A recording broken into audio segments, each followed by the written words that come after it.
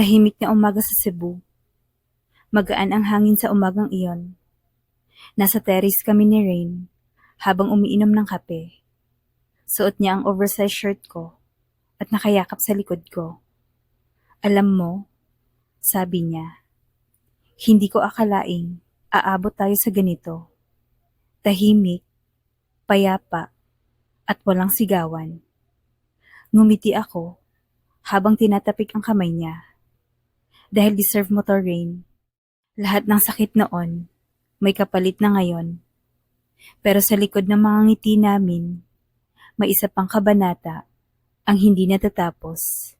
Si Harvey. Nag-ring ang cellphone ni Rain. Sabi niya sa akin, matapos ang tawag, si Harvey, may bagong babae na naman na sinasaktan. Natigilan ako. Ano? Yung bagong kinakasama niya, umiiyak. Pinost ang picture niya online. May mga pasa sa mukha. Nanlambot ang tuhod ko. Ibig sabihin, hindi pa rin siya tumitigil. Tumango siya. At kung mananahimik tayo, baka may susunod pa. Kinagabihan, tahimik kaming magkatabi sa kama. Rain, bulong ko. Handa ka na bang magsalita sa korte o sa media? Huminga siya ng malalim. Takot pa rin ako, pero mas takot akong may iba pang masaktan. Hinawakan ko ang kamay niya. Hindi ka nag-iisa. Nandito lang ako. Bumalik kami ng Maynila matapos ang 2 buwan. Pumunta kami sa women's desk ng PNP. Gusto ko pong maghain ng reklamo laban sa asawa ko. Sabi ni Rain. Dati siyang nananakit. At ngayon, may bago na naman siyang sinasaktan.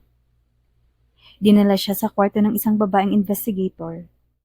Doon niya isinalaysay ang lahat. Simula sa pananakit, panlalait, at pagtataksil. Ako naman, nanatili sa labas, nakapikit, tahimik akong nanalangin.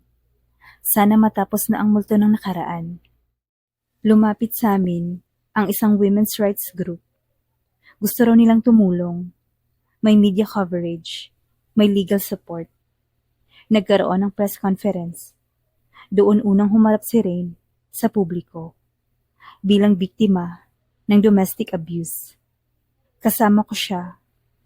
Hawak ang kamay niya. Ako po si Rain. Ilang taon ako nanahimik. Pero ngayon, hindi na.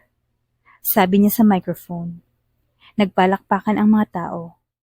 3 linggo ang lumipas. May tawag mula sa pulisya. Naaresto na si Harvey Mendoza. Nasa kustodiya na siya. Napaupo si Rain. Natahimik. Sa courtroom, mataas ang kisame. Mabigat ang hangin. Nandoon si Harvey. Naka-yellow. May posas. Mukhang pumayat at galit.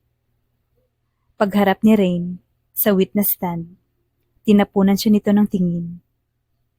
Rain, sabi ni Harvey, wala siyang kasalanan. Tumayo si Rain. Mapanatag ang tinig niya. Pinagsisihan mo ba ang lahat ng ginawa mo? Ang sakit? Ang sugat? Tahimik si Harvey. Hindi mo ako minahal. Ginamit mo lang ako. Pero ngayon, hindi mo na ako matatakot. Hindi ako nananakit. Sigaw niya. May ebidensya kami. Sabi ng piskal. Pictures, witnesses, chat logs, medical records. Napayuko si Harvey. Nagalit at sumigaw. Puro kasinungalingan. Sinisira mo ako dahil hindi ka makabuo. Tumayo ako. Tama na. Walang sinuman ang may karapatang manakit ng babae. Matapos ang ilang buwan ng paglilitis, dumating ang hatol. Guilty. Nasentensyahan si Harvey ng 10 years imprisonment.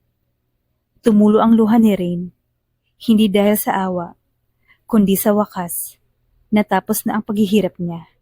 Pagbalik namin sa Cebu, Mas magaan na ang pakiramdam niya. Sa terrace, sabay naming pinapanood ang paglubog ng araw. Sa kwarto, naka-dim light lang. Nakaupo ako sa kama habang sinusuklay niya ang buhok ko. Gusto ko lang sabihin, salamat, bulong niya. Dahil ikaw ang unang taong naniwala sa akin. Lumapit ako, hinalikan ko ang pisngi niya. Hindi kita iiwan. Nagtagpo ang mga labi namin. Mabagal, malalim. Hinalikan ko ang leeg niya. Napaungol siya ng mahina. Lian, hindi kita sasaktan. Hinubad ko ang blouse niya ng dahan-dahan. Hinaplos ko ang likod niya. Ang ganda mo, Rain. Buo ka. Kahit wala kang anak. Kahit may peklat sa puso, buo ka. Napaluha siya. At sa wakas, minahal ako.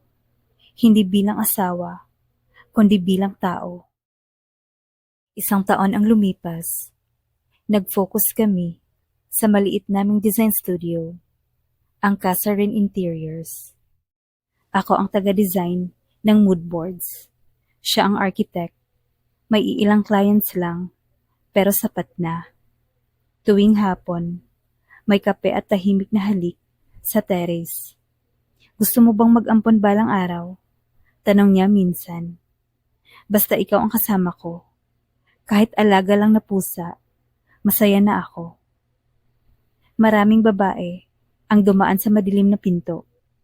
Pero sa likod ng pintong iyon, may pag-asa rin. Minsan, ang tunay na pagmamahal ay makikita sa mga taong hindi mo inaasahan. At minsan, ang babae rin na minahal mo ng tahimik ay siya ring magpapalaya sa'yo sa ingay ng mundo. Ako si Lian, at ito ang kwento kung paano namin nahanap ang tahimik na kalayaan sa yakap ng isa't isa. Thank you for watching. Please don't forget to like and subscribe. Bye.